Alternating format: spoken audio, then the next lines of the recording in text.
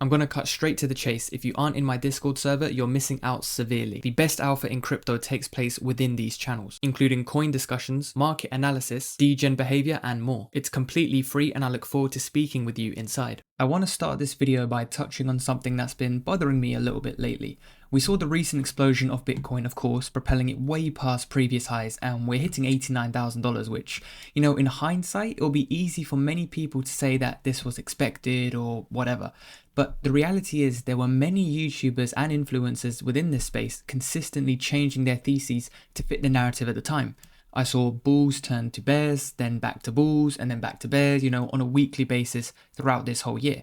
On my channel, the proof is all there in both my videos and in my Discord, and also on my Twitter, but I'm a little less active there. My thesis from the start of the year hasn't really wavered. The ETF approve and halving pump may have been clear to some, but not to others, so that was relatively easy to call. But I was saying a sideways or otherwise boring summer to my community, saying it was a nice accumulation zone for projects, they might have missed out on in this Q1, Q2 pump. I also said that the first catalyst to potentially spark the market back into life that I could see in the foreseeable future was a potential Fed interest rate cut in September, and it happened. As for the US election, I did mention that obviously a Trump win would pump the markets, and I also said that a Kamala win would cause a short-term dip potentially towards the end of the year, but overall the hypothesis for 2025 would remain the same. Very bullish. Of course, we don't have to worry about this Kamala scenario anymore. However, I did miss something crucial which I will mention later on in the video. Now, I'm saying all of this for two main reasons. The most obvious seems like I'm bragging or I may be coming across arrogant or something like that. That is absolutely not my intention. I wouldn't use either of those terms. For me, it's more about trust and credibility in this space. That's how you build your audience and your community, right?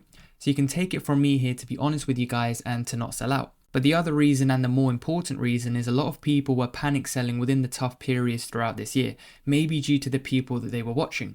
I'm not a fan of this at all. The scaremongering certain influencers were doing could have cost many people their shot at generational wealth. I hope that they can apologize for doing so and help them recoup any losses, rather than hope it all gets swept under the rug. I often say that no one is right 100% of the time, and that's completely true, myself included. However, it's about trust and honesty. A lot of these bigger channels were coming across as very disingenuous to me, and there's not really an excuse for that. But now that I got that off my chest, it's time for the main purpose of this video. Finally, it looks like alt season may be on its way, people. Right now, all eyes are on Bitcoin, and with some on Ethereum and Solana too, the blue chips. I've had a few people messaging me over the last couple of days saying that their portfolio isn't pumping as much as it should, and that's perfectly normal. Don't panic, we just have to wait for the trickle-down theory to take place. Put this very simply, it means that money initially comes into Bitcoin first, as we can see here. This is the money. Also, please excuse my drawings, I'm a terrible artist. But after Bitcoin, it will then flow into Ethereum, as this is the king of alts. The next step following Ethereum will be what will interest most people on this channel, as we hold higher risk coins, and it will start to move into blue chips, be it Solana, Casper, BitTensor, anything maybe within the top 100, this is when the money will start to flow into those. After the blue chips, we should see the mid caps start to pump, and then finally we'll end it with the small caps. This is typically how cycles have operated in the past. That doesn't necessarily mean that it's going to work the exact same way this time around. It's just a trend to be aware of. I'm not too sure how long it will take for the trickle-down effect to kick in this time around. With how quickly Bitcoin has rallied and showing little signs of slowing down right now, it's hard to ascertain. It could be a week, it could be a few weeks, just be prepared for it when it does. So there are a few signs and indicators of what to look for an alt season to begin. But amongst many things, there are two things linked to Ethereum which I want to point out today. First one is pretty straightforward. We want ETH to break its all-time high. It's all well and good Bitcoin going on a mad one, but I do believe we need ETH to push past $4,900. We can see that we're still down 33% from last cycle's high, so there's a lot of catch up needed. But Ethereum is the king of alts still, and a breakaway here will bring fresh eyes to altcoins, which will allow retail to become curious, snoop around, see what else is about, and therefore hopefully pump the rest of the strong altcoins. We haven't even got close to this level yet, which shows just how much growth is still on the table. The other indicator which I have my eye on is the chart comparing Ethereum against Bitcoin, essentially showing the relative strength of Ethereum compared with Bitcoin. We can see the absolutely abysmal performance pretty much this whole year. We've had some decent candles and rallies earlier in the year, with the pump that came in Q1, Q2.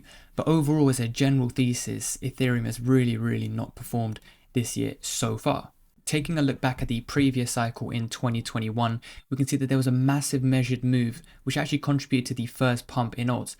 You can see that from around March, April time, Ethereum went up 176% against Bitcoin in only 47 days, which, is absolutely crazy. This, of course, was the first alt season. We then cooled off for a period before rallying up massively in Q4, which consequently led to the, massive pump in November, which is cited as the altcoin peak. If we zoom out and take a look, comparatively, we are nowhere near seeing this strength and therefore our alt season. So yes, we still have time, and no, you aren't too late. I'll quickly tick off a few more indicators that we can watch for those who may not be aware.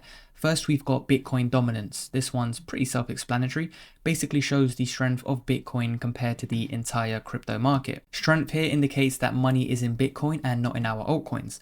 Last cycle alt season's BTCD was between the 40 to 50% range. Right now we are on 60%, so yeah, we are still some way off. One that is often overlooked is USDT dominance. Very similar concept, how many people are holding stables.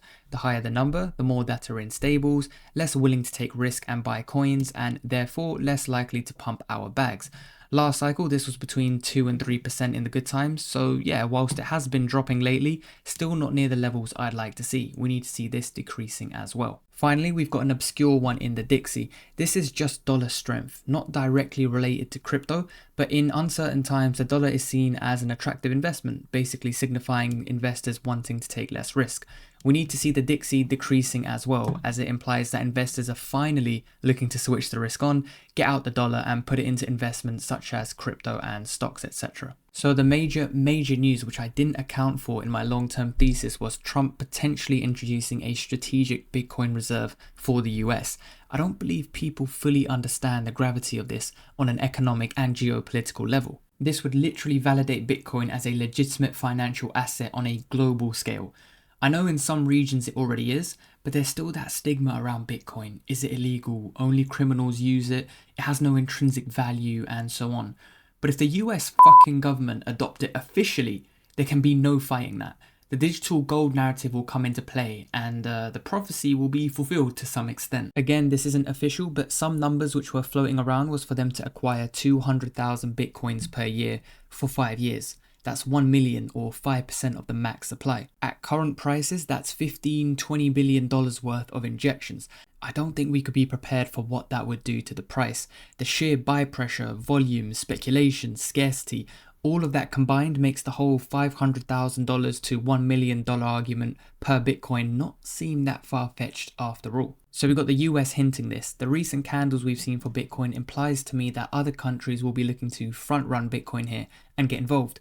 We know a few countries have been doing this already, El Salvador, Bhutan amongst others, and we know that some countries have even done the opposite. Sorry Germany, you kind of flopped here.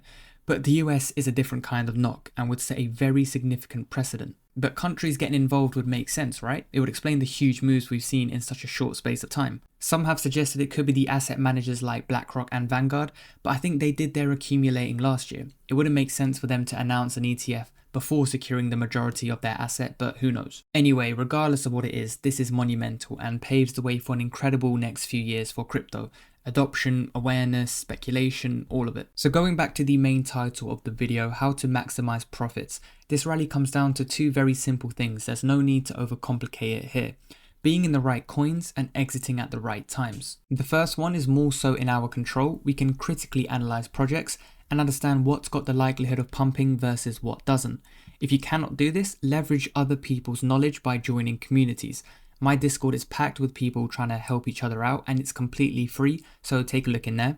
I've also mentioned numerous times throughout my channel what projects I like and don't like, so subscribe to keep updated as I'll be dropping a watch list soon.